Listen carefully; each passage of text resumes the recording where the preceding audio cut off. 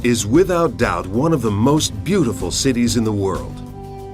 Every year, millions of tourists come from around the world to admire the treasures and masterpieces of Roman art and architecture. But a trip to the Eternal City can be eternally confusing for first-time visitors. This guide will make it easier to uncover Rome, offering lots of practical advice that will help you discover and enjoy the city in all its glory.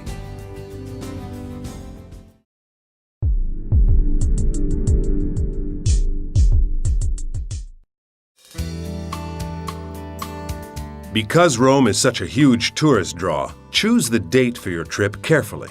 The best times of the year to visit are April, May, and late September through October. In the height of summer, the heat and crowds make the city nearly unbearable. August, in particular, should be avoided because this is the month all of Italy seems to go on vacation.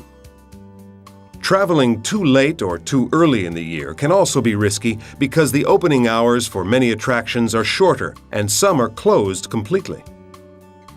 Airfares typically drop quite a bit when shoulder season begins in early autumn, making this the optimal time to visit in my book. The days are still warm, the nights are slightly cool, and the tour groups and student mobs have mostly disappeared. If you can plan to stay as long as a week, you won't run out of things to do, and you'll still feel like you're leaving too soon.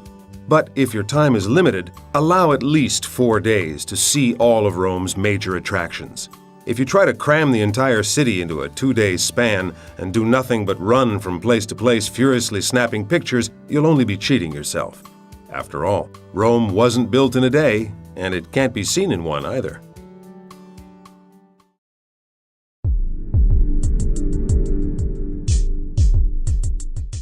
Rome's Fiumicino Airport is 19 miles outside of the city. A train station is located right inside, and you can travel straight to Termini Station near the center of town, but you'll then need to find a way to get to your hotel. If you're carrying a lot of luggage or just want to make things easier on yourself, take a cab or have your hotel arrange for a hired car to pick you up. Either option will cost more, but the no-stress factor makes it worth the extra money. Renting your own car is always an option, but even if you're planning to tour other parts of Italy, I wouldn't advise driving in or near Rome unless you have nerves of steel and the skills and reflexes of a professional race driver. Roman drivers are somewhat exuberant, and Roman traffic is often chaotic.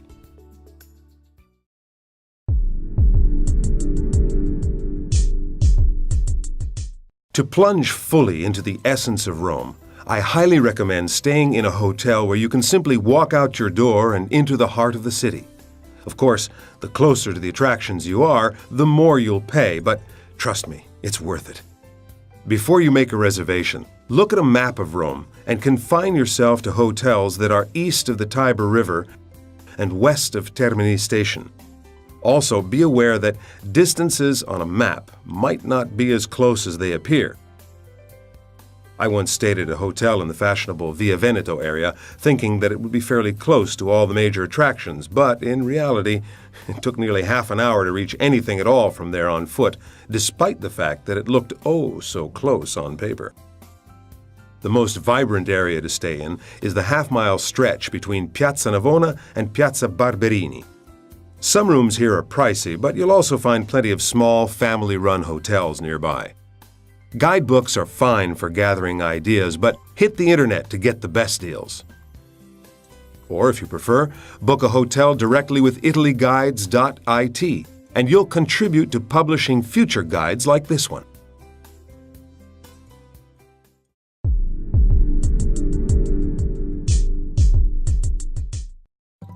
Going hungry is one thing no traveler should ever worry about while in Rome.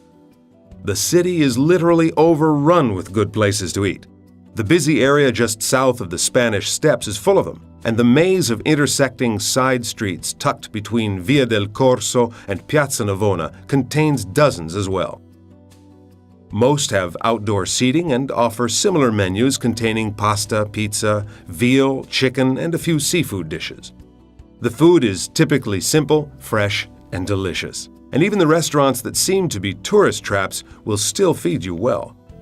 If you have a tough time choosing, your best bet is to simply decide what you want to look at while you're dining and pick a restaurant based on that. For instance, the Piazza della Rotonda contains several cafes which face the Pantheon, and Piazza Navona is completely encircled by restaurants which offer views of its numerous fountains. For the younger folks, we suggest an evening sipping beer in Piazza di Campo dei Fiori, near the Pantheon, or in picturesque Trastevere, typical hangout zone for young Romans. A few dining tips. First, Rome is one of the cities where a restaurant's house wine is usually excellent. Second, although we recommend learning and using at least a few Italian phrases, almost every waiter you'll ever meet in Rome speaks English. Germans and other European tourists communicate with Italian waiters in English because it's the more common language.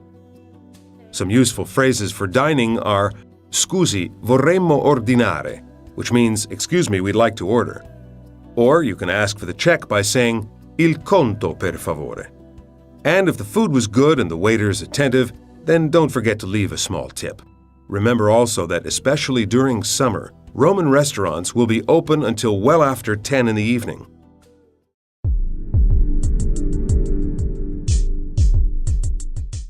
Take out that handy map of Rome again.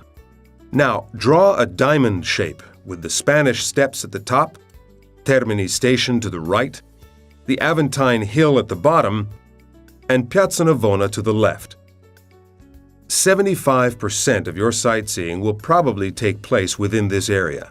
And even though it doesn't seem that big on the map, you'll need at least 2 days to see everything within the diamond, and 3 would be better. Some activities, such as touring the ruins of ancient Rome, including the Colosseum, can easily occupy an entire day.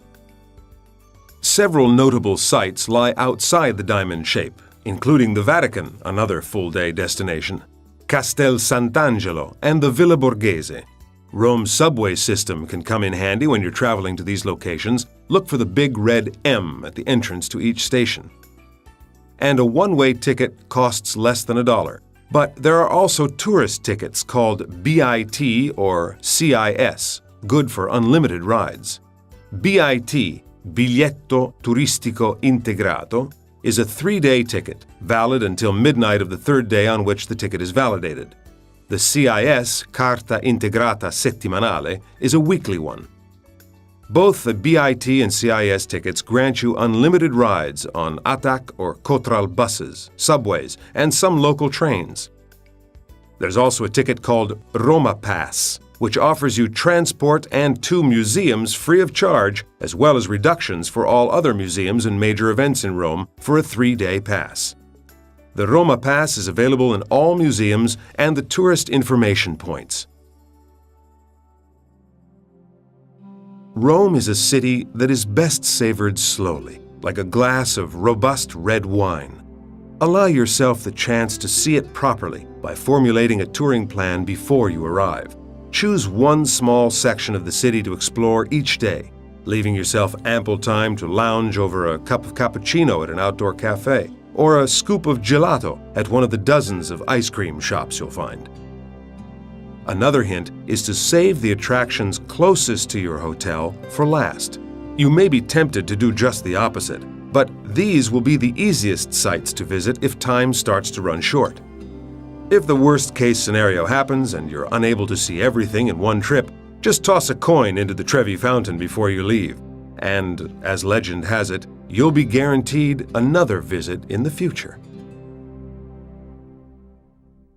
If you like this podcast and there are particular subjects you'd like to see in the coming episodes, check out our website italyguides.it to participate in an online survey. Let us know your tastes and opinions. Future podcasts will be tailored to your requests.